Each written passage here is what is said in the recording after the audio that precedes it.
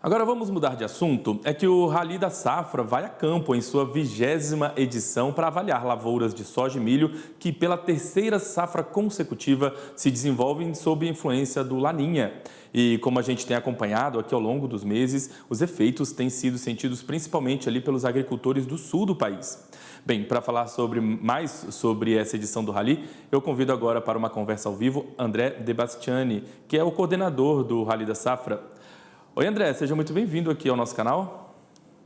Obrigado, Felipe. Satisfação em participar do programa com vocês. Satisfação é nossa em tê-lo aqui mais uma vez com a gente. André, então, vamos começar falando um pouquinho sobre o Rally da Safra. Essa é a 20ª edição, mas pode ser que alguém ainda não conheça muito bem esse projeto. Então, conta pra gente, para quem está em casa, do que se trata o Rally da Safra. Quem é que organiza tudo isso? Legal, Felipe. O Rally da Safra é uma expedição técnica, está fazendo 20 anos agora, né?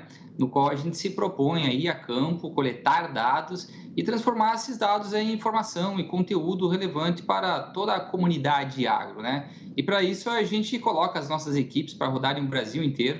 Esse ano vão ser mais de 65 mil quilômetros, 12 estados percorridos, devemos visitar mais de 1.500 lavouras aí em todo o trajeto e conversando com produtores, né? Para ter um dado aí tanto quantitativo de cada uma das lavouras, mas também qualitativo, pegando um pouco da percepção do produtor. E a ideia é que a gente consiga, com base nos dados de campo, trazer aqui estimativas mais precisas e também tempestivas em relação à produção agrícola brasileira, seja de soja, seja de milho, e tratar também de temas relevantes que são de interesse do agronegócio brasileiro.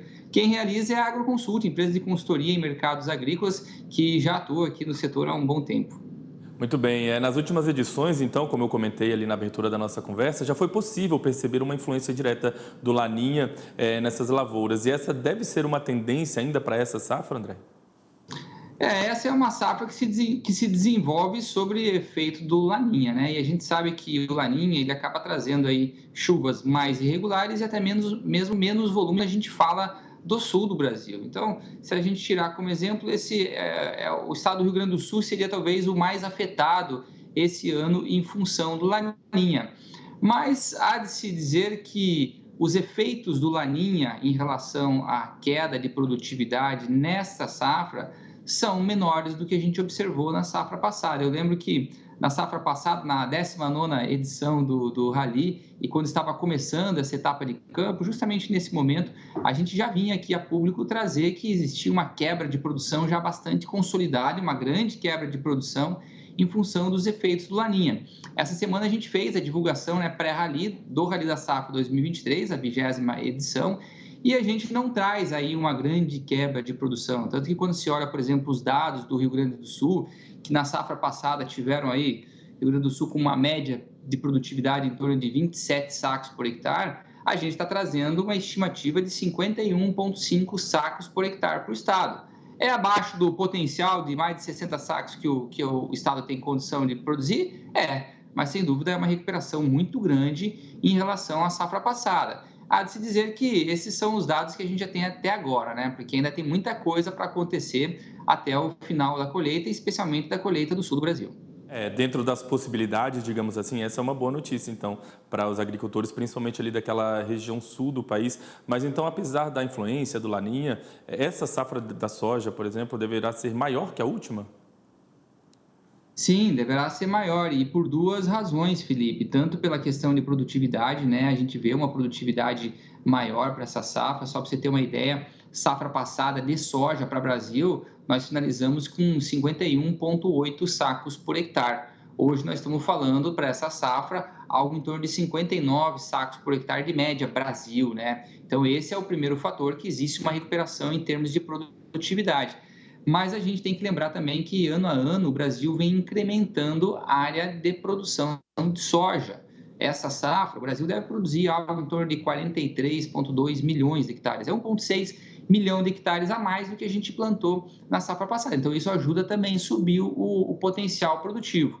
Hoje, na Agroconsult, nós estamos trabalhando com uma estimativa de 153,4 milhões de toneladas para a produção de soja nessa safra, que corresponde a um crescimento de mais de 18% em relação à safra passada. Acho que a gente concorda que o milho, na verdade, é quem vai sentir mais, né, os efeitos aí do Laninha e que está mais comprometido, principalmente ali na região sul, né? Eu li recentemente que existe uma estimativa de alguns especialistas que a quebra de safra ali pode chegar até 50% da produção do estado. Então, é uma situação ainda um pouco delicada para os produtores, para os agricultores de milho, né? De fato, o milho verão ele já sofre bastante com o laninha, até por conta do momento de implantação das lavouras e acabou sofrendo mais. Como eu falei, ainda estamos sob influência do laninha, então o volume de chuvas é menor mesmo e para o milho chuva é essencial, né? Tem uma demanda hídrica muito alta. Então, de fato, a gente já vê uma quebra de produção para o milho verão, nós estamos falando algo em torno de 29,6 milhões de toneladas, poderia ser algo em torno de 31, 32 milhões, e boa parte dessa quebra está concentrada no Rio Grande do Sul, que foi o estado mais afetado por essa irregularidade climática. Agora, nós temos uma segunda safra de milho também, né? Então, quiçá uma segunda safra de milho aí com mais área, mais produtividade, possa recuperar o nosso potencial de produção e a gente ainda produzir mais de 130 milhões de toneladas, né, juntando tanto o milho verão quanto o segunda safra. Falando um pouquinho sobre o projeto do Rally mesmo, como é que é o grupo de trabalho? Vocês têm um grande grupo de trabalho que é dividido em equipes, e aí essas equipes visitam propriedades previamente selecionadas. Como é que funciona mais ou menos esse roteiro de trabalho de vocês? Legal. Obrigado pela oportunidade de explicar também, ô Felipe. Na verdade, a gente já tem pré-determinado todos os roteiros. Então, a gente monta as nossas equipes, são 28 equipes, cada equipe lá tem uma semana ou até 10 dias de duração, né? Depende do desafio que é percorrer cada uma das regiões. Quando você vai para uma pista, é um desafio um pouquinho maior você fazer todo esse percurso, e ao longo do dia a nossa equipe vai parando nas lavouras. A gente já tem mais ou menos definido qual que é o trajeto que a gente vai fazer, não tem definido as lavouras, né? Porque a gente procura manter o caráter estatístico do nosso levantamento, então tem que ter aleatoriedade no levantamento, e a gente só consegue identificar anteriormente quais são as regiões e quais são os momentos ideais para passar em cada uma dessas lavouras. E quem compõe o Rally da Safra acaba sendo aqui os técnicos da AgroConsult, né? Algumas pessoas convidadas também e representantes dos nossos patrocinadores, que principalmente estão conosco no momento que a gente está conversando com o produtor, né? Então, por exemplo, a gente define algumas equipes só para fazer visitas a produtores e daí a gente levanta uma série de temas lá para debater com o produtor e entender questões sobre crédito agrícola, sobre investimento para essa próxima safra, sobre questões de pragas e doenças, manejo que tem sido adotado e uma série de outros assuntos que são interessantes ao produtor. E uma dinâmica muito interessante do Rally também são os nossos eventos, né? A gente procura fazer uma série de eventos para dar publicidade aos dados que a gente está levantando. A gente não está aqui a serviço dos patrocinadores, os dados não estão a serviço dos patrocinadores, mas sim do público em geral. Então, a cada momento a gente procura fazer um evento num grande polo de produção para divulgar o que a gente está vendo, quais os efeitos disso em termos de mercado também, aproveitar para fazer a interação com o produtor, né? Porque é sempre um momento muito bom você estar com o produtor, conversar com ele. Então, a gente faz os nossos eventos nas regiões de produção, fazemos alguns eventos online também e temos também dado muita repercussão ao Rally por meio das redes sociais, né? O Rally já se consolidou aí também como um grande formador de opinião a respeito do que acontece no agronegócio brasileiro. Vocês também marcam presença, né, nos eventos do agronegócio, vocês promovem, mas vocês também marcam presença em feiras, enfim, eventos do agronegócio para poder justamente ter essa aproximação, né? Sim, né? Temos que aproveitar, né? Já tem um grande investimento realizado nas grandes feiras do Brasil, o produtor sempre participa, então a gente infelizmente não consegue estar em todas, né? Mas esse ano nós devemos estar lá em Rio Verde, na Feira da Comigo, devemos estar na Expo Direto, em Não Me Toque, na Show Safra também, vamos estar também na AgriShow, então tem uma série de feiras que a gente já separou aí algumas datas para participar e aproveitar para conversar com o produtor e apresentar um pouco desses dados que a gente tem levantado. E o Rally já começou, então, na prática? As equipes já estão rodando? Eles começam por qual região do país?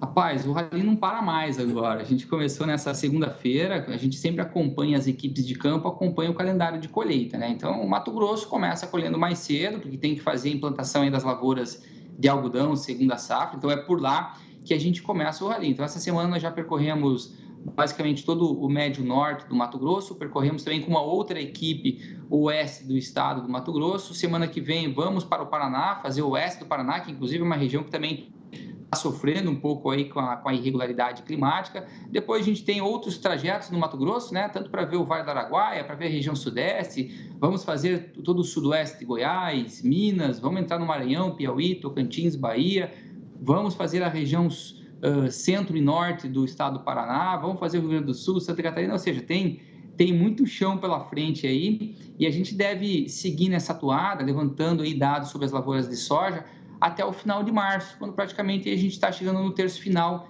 de colheita das lavouras de soja. Em maio, a gente retoma esse trabalho aí, só que daí com foco no milho.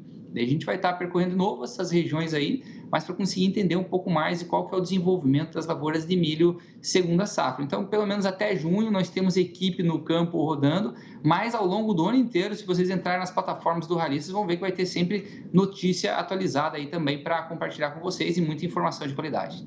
André, desde a inauguração do nosso canal aí há quase 3 anos, a gente acompanha de perto o trabalho desenvolvido por vocês. Então, sempre que tiver oportunidade de trazer novidades, atualizações sobre o que vocês têm coletado no campo, acione a gente que a gente vai conversar com vocês, trazer todas as atualizações. Eu queria agradecer a sua participação aqui com a gente nessa tarde, por ter tirado um tempinho para conversar com os nossos telespectadores e desejar sucesso aí nessa 20ª jornada de vocês.